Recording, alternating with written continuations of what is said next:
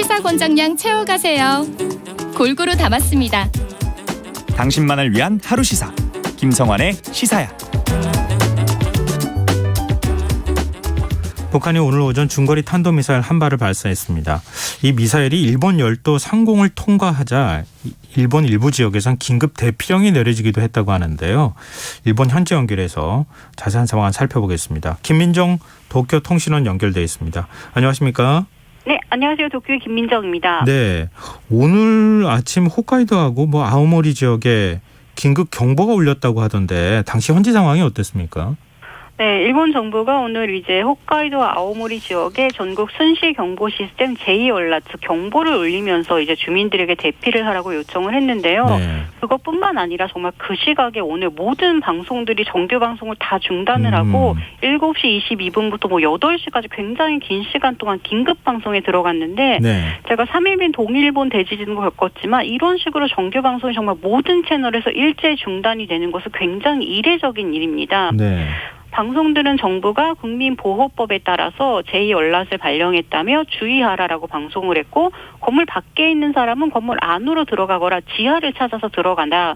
집 안에 있는 사람은 유리창이 없는 방으로 이동을 하라라는 지시가 나왔고요. 예. 낙하물이 있어도 가까이 가거나 만지지 말고 신고를 해달라는 요청도 있었습니다. 이런 방송이 정말 8시까지 40분 동안 계속되었고, 제2얼랏 자체가 원래는 이제 홍수 피해가 굉장히 많았던 지역에서 소리가 들리지 않아서 이제 대피를 하지 못한 사람들이 굉장히 큰 사고가 났던 적이 있었는데, 네. 그 이후에 2007년부터 지진, 홍수 피해 등 자연재해에 대피할 수 있도록 만든 사일렌 시스템으로 이게 인공위성이나 지상 회선 등을 통해서 정보가 전달이 되고 방위 행정 무선 등으로 이제 자동적으로 기동이 돼서 울리는 그런 시스템인데요. 예. 2007년 이후에 운용이 시작되어서 미사일 발사 때문에 이렇게 제2얼랏이 울린 것은 이번이 5번째입니다. 그렇군요. 일본 정부는 북한에 엄중 항의했다 이렇게 지금 소식이 전해지고 있더라고요. 네, 이렇게 북한의 미사일이 일본 상공을 통과한 것이 사실은 처음이 아니고 2017년 이후 이제 5년 만이긴 한데요. 이번이 네. 7번째라고 지지통신은 보도했습니다. 마츠노 관방장관은 북한이 7시 22분경에 북한 내륙에서 발사한 미사일이 도호쿠 지역 북단에 있는 아오모리현 인근 상공을 통과해서 7시 44분에 일본의 배타적 경제수역 이제 태평양 해상에 낙하한 것으로 추정된다라고 발표를 하면서 네. 하지만 사전 통보 없이 일본의 상공을 통과하는 형태로 탄도미사일을 발사한 것은 항공기와 선박은 물론 지역 주민의 안전 면에서도 극히 문제가 있는 행위이고, 그렇기 때문에 베이징 대사관 경로를 통해서 이제 엄중히 항의를 했는데 가장 강한 표현으로 비난을 했다라고 말했습니다. 그리고 일본이 지금 이제 이런 것들을 요격할 수 있는 반격 능력을 키우려고 하고 있는데요. 네. 반격 능력 등을 포함한 방위력을 근본적으로 강화하겠다라는 그런 방침을 다시금 밝혔습니다.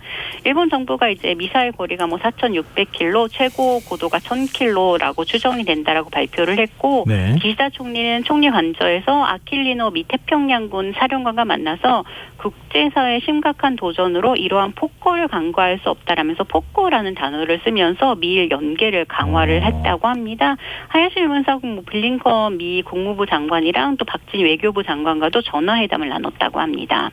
일본 시민들도 상당히 놀랐겠어요?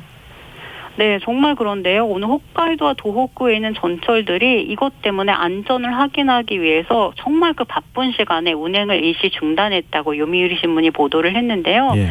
비행기와 선박에도 정비가 주의를 당부했습니다. 홋카이도에서는 약 이제 15분 동안 13대의 전철이 운행을 일시 중단했고, 네. 아오모리에서는 그냥 5개 전철 노선이 완전히 오늘 그 시간에 이제 운행을 일시 중단을 했는데요.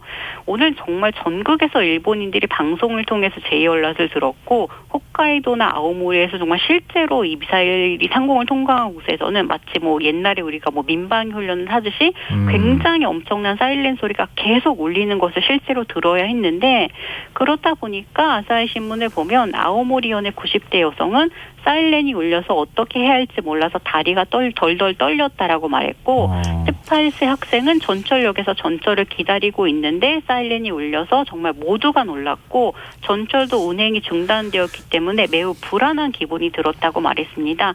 우리는 한국에서 일본에 지진이 났다 이러면 굉장히 큰일이다라고 생각을 하는데, 일본 사람들은 일본에서 지진이 발생했을 때는 사실상 그렇게 크게 놀라지 않습니다. 굉장히 흔한 일이기 때문에. 하지만 이런 미사일 불사는 순간은 일본 사람들에게는 정말 지진보다 더 큰 공포로 다가왔고요. 오늘 아침 정말 일찍부터 다들 출근하는 시간에 모든 방송이 긴급 보도를 하면서 정말 더욱더 큰 불안감을 느꼈을 것으로 이제 보이고 있습니다. 네, 알겠습니다. 오늘 말씀 여기까지 듣겠습니다. 말씀 고맙습니다. 네, 감사합니다. 네, 지금까지 김민정 도쿄통신원이었습니다. 그럼 이번엔 이호령 한국국방연구원 책임연구위원 연결해서 북한의 일단 도발의 의미 그리고 한반도 정세 전망 등 좀 짚어보도록 하겠습니다. 위원님 안녕하십니까? 네, 안녕하세요. 네, 방금 전에 일본의 반응을 좀 저희가 전해드리기도 했는데요. 네네. 지금까지 쏜 북한의 미사일 가운데 이게 가장 멀리 나간 미사일이라면서요? 아, 네네. 북한이 보면은 이제 중장거리 미사일과 관련돼서 이때까지 시험 발사한 거 보면 화성 12, 화성 14, 화성 15, 그리고 괴물 미사일이라고 하는 화성 17까지 시험 발사를 했었는데요. 네. 대부분 이제 고각 발사를 한 거죠. 그래서 예. 고각 발사를 통해서 얘가 정상 각도로 시험 발사가 됐을 경우 어디까지 간다라는 걸 갖고 중장거리 미사일, 대륙간 탄도미사일로 이렇게 분류를 했었는데 네. 북한이 정상 각도로 시험 발사한 게 이 화성 12, 14, 15, 17 중에 유일하게 화성 12형이었어요. 그러면 이런 화성 12형은 2017년에 한번 정상 각도로 시험 발사를 해서 그때 최대 나온 거리가 3,700 정도가 나왔는데 네. 이번에 시험 발사를 통해서 이제 4,500km 정도가 나왔고요. 예. 그동안 고각 발사를 통해서 화성 12형 같은 경우에는 이제 4,500에서 5,500 정도의 사거리가 될 거다라고 예측을 했었는데 네. 그에 해당되는 거리가 나온 거라고 볼 수가 있겠죠. 그럼 이제 정상 각도로 박사를 했다 이렇게 보이는데 4,500km 거리라고 하는 게 이게 뭐 거리를 좀 계산한 겁니까? 아니면 미사일이 그냥 날아가는 거리를 그냥 최대한 하여튼 사거리를 만든 겁니까? 실제로 이제 탄착 지점 북한이 지금 이번 같은 경우에는 자강도 무평리에서 시험 발사를 한 거죠. 그거에서 탄착 지점이 떨어진 지점이 예. 거기서부터 4,500km가 되는 지점인 거죠. 그러니까 실제로 이번에는 정상 각도로 시험 발사를 해서 4,500km 지점에서 떨어진 거죠. 이게 만약에 그러면은 만약에 네네. 북한에서 쐈다 그러면은 괌이나 이런 데까지 갈 수 있는 겁니까? 미군 기지가 또 있잖아요. 그렇죠. 괌까지 거리가 3,400km니까 4,500km니까 괌을 넘어서는 거리까지 지금 시험 발사가 된 거죠. 그리고 이미 예. 2017년에도 3,700까지 날아갔다라고 했었잖아요. 네. 그때도 이미 괌까지 거리를 넘어서는 지점까지 시험 발사를 한 거였었죠.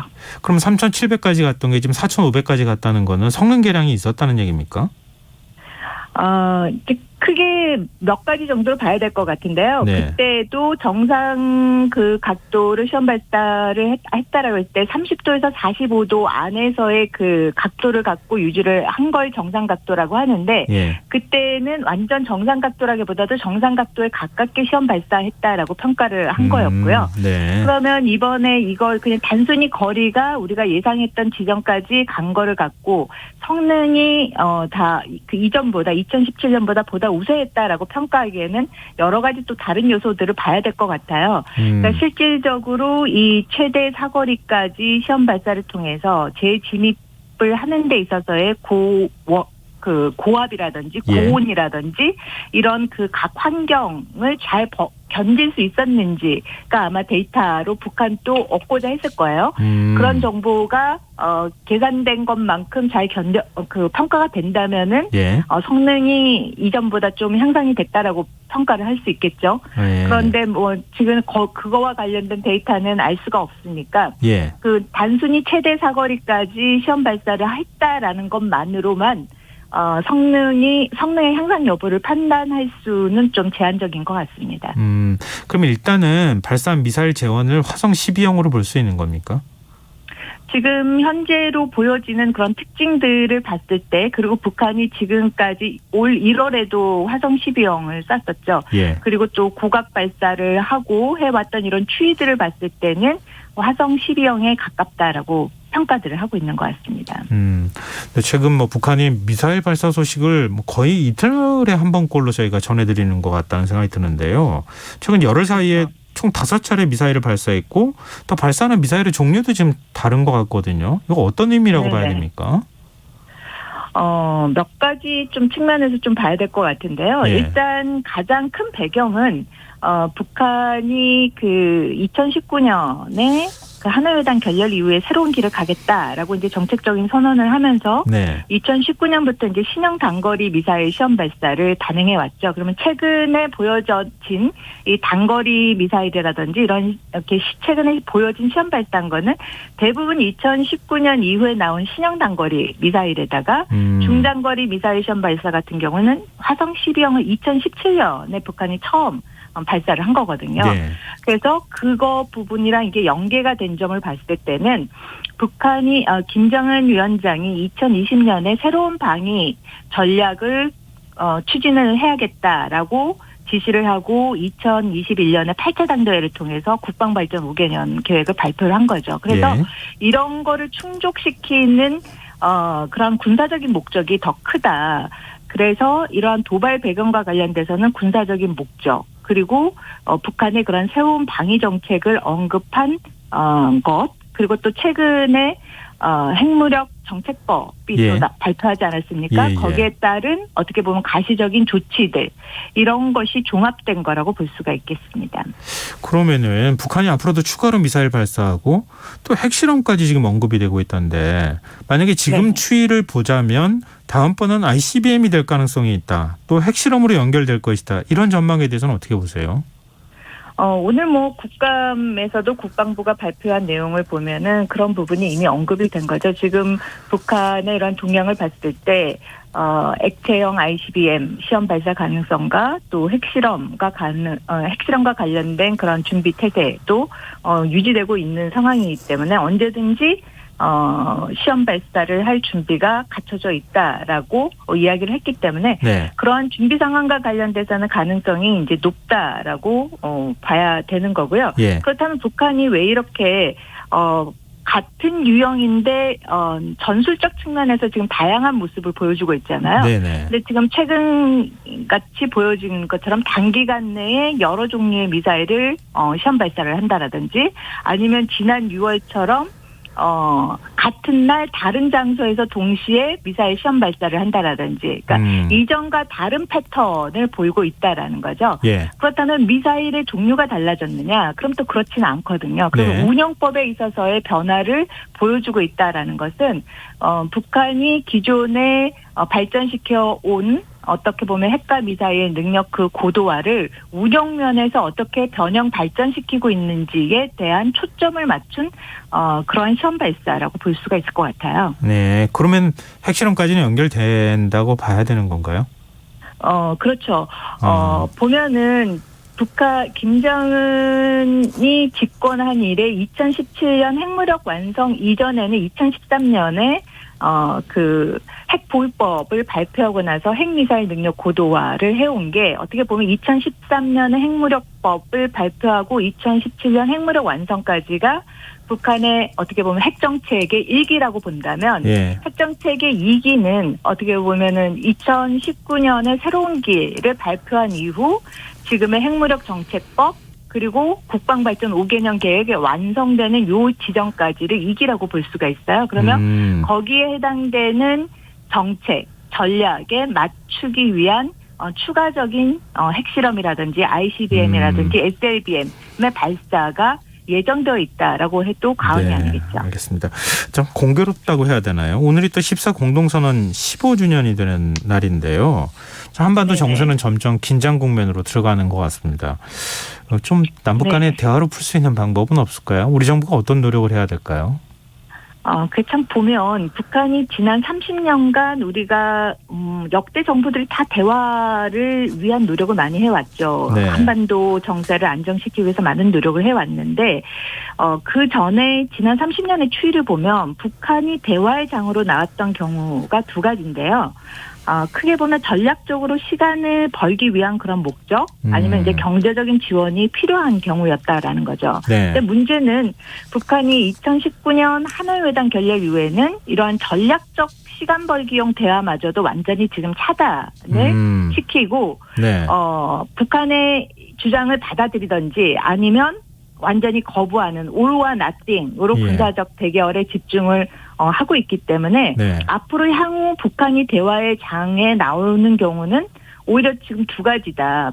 하나는 북한이 추구한 목표가 어느 정도 달성되고 그에 상응하는 노력을 우리의 노력을 제한하고자 할 경우. 예. 또 다른 하나는 지금의 같은 북한의 핵미사일 능력 고도화 지속이 북한 내부에 엄청나게 부담으로 작용하는 두 가지 경우 중에 한 경우가 되지 않을까라는 생각이 듭니다. 그래서 네. 이러한 북측이 대화에 나오고자 하는 의도와 목표를 우리가 충분히 간파하면서 대화에는 계속해서 열린 입장을 유지를 해야 된다라고 생각이 됩니다. 네, 오늘 말씀 고맙습니다.